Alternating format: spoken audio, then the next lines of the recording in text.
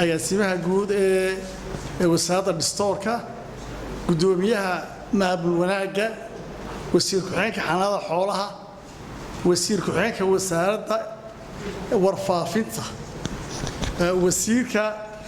wasaaradda tiknoolajiyada iyo wasiirka wasaaradda arrimaha bulshada iyo social affairska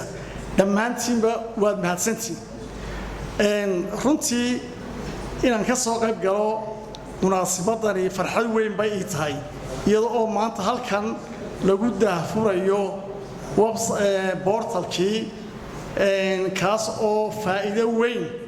u leh qarankeena Soomaaliland gaar ahaan wasaaradaha iyo hay'adaha madaxa bannaan ee dawladda Soomaaliland ay leedahay taas oo maanta xogteedii meel kale halka laga helayo iyada oo la casriyeeyay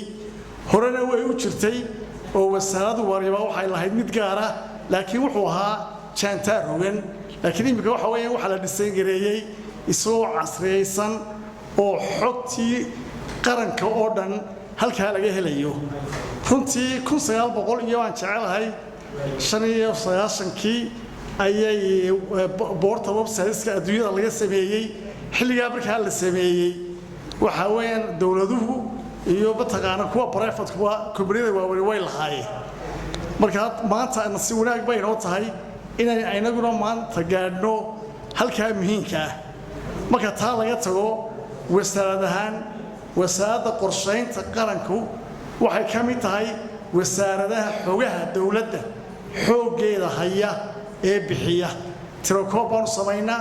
waxaan soo saarnaa GDP-ga gross domestic product dalka waxaan soo saarnaa monthly CPI waxaan soo saarnaa gender bookii loo jiray Somaliland figures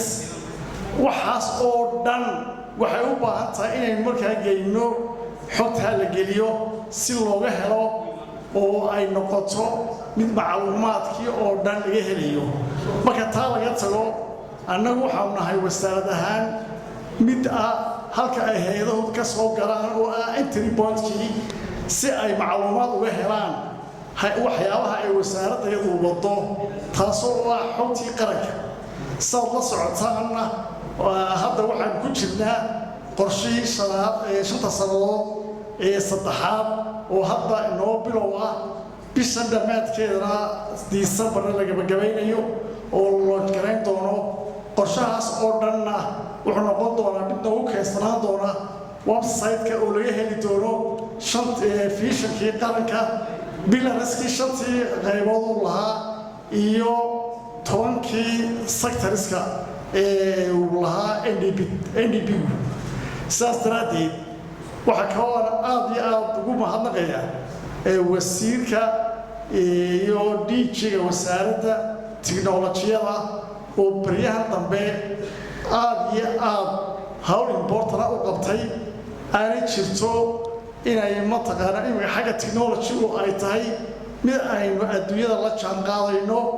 iyadoo maanta aynu ognahay inay tahay